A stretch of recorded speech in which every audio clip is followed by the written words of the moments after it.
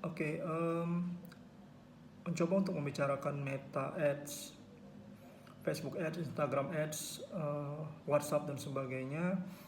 Tentu sudah banyak sekali praktisi yang membahasnya dan memberikan ataupun berpengalaman di bidang tersebut. Saya juga bukan yang paling berpengalaman, tapi dari beberapa video ataupun pembahasan di grup dan sebagainya, sedikit sekali yang menekankan terkait pentingnya metapixel. Kali ini saya akan share pengalaman saya yang mudah-mudahan bisa membantu teman-teman di luar sana.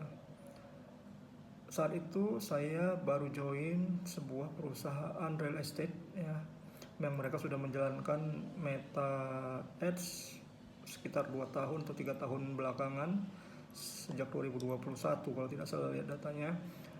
Performance-nya tidak terlalu efektif karena beberapa faktor. Setelah melakukan audit, salah satu yang paling signifikan yang terasa adalah tidak mengoptimalkan metapixel dengan semestinya. Kenapa metapixel ini menjadi sangat krusial bagi saya? Karena kita sama-sama tahu platform iklan bergerak ataupun bertindak itu karena ada teknologi machine learning di dalamnya yang membantu menganalisa iklan kita lewat data feed ataupun performa user terkait campaign yang kita rilis.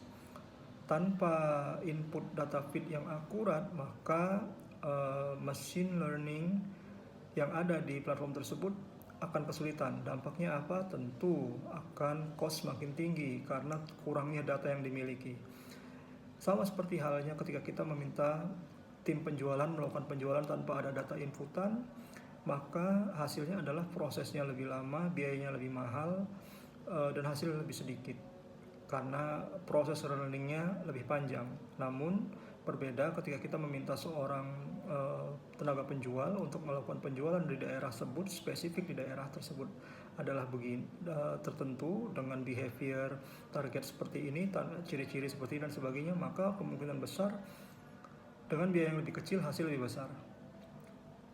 Itulah analogi dari data feed yang diperlukan oleh Meta Ads.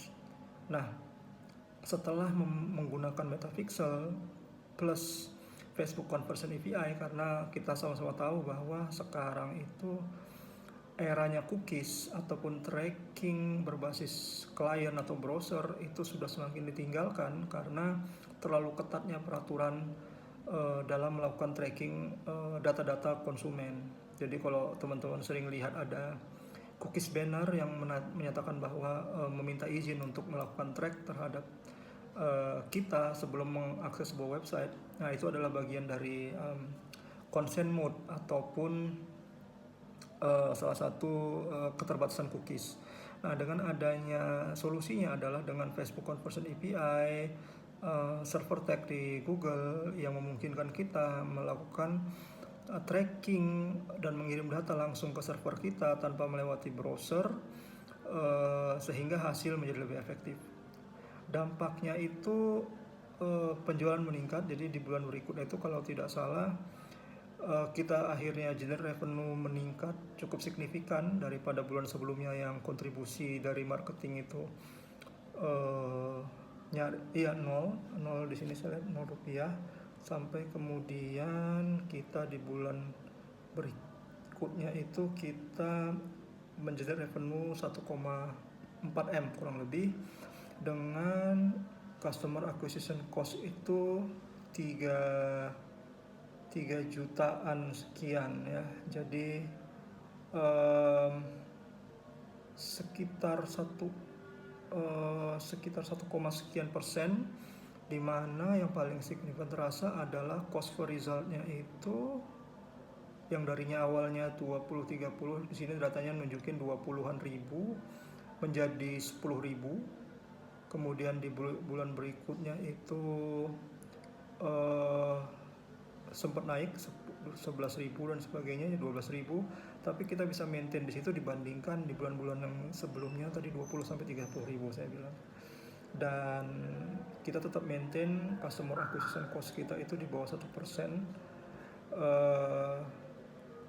dan month over month, terus ada growth ya jumlahnya. Saya belum bisa tracking sekarang. Nah, itulah kurang lebih dampak positif dari kita mengoptimalkan Metapixel di Meta Ads ataupun di Google Conversion Tag ataupun Google Performance Tracking di Google Analytics 4 ataupun di Google Tag Manager untuk Google. Terima kasih, semoga bermanfaat.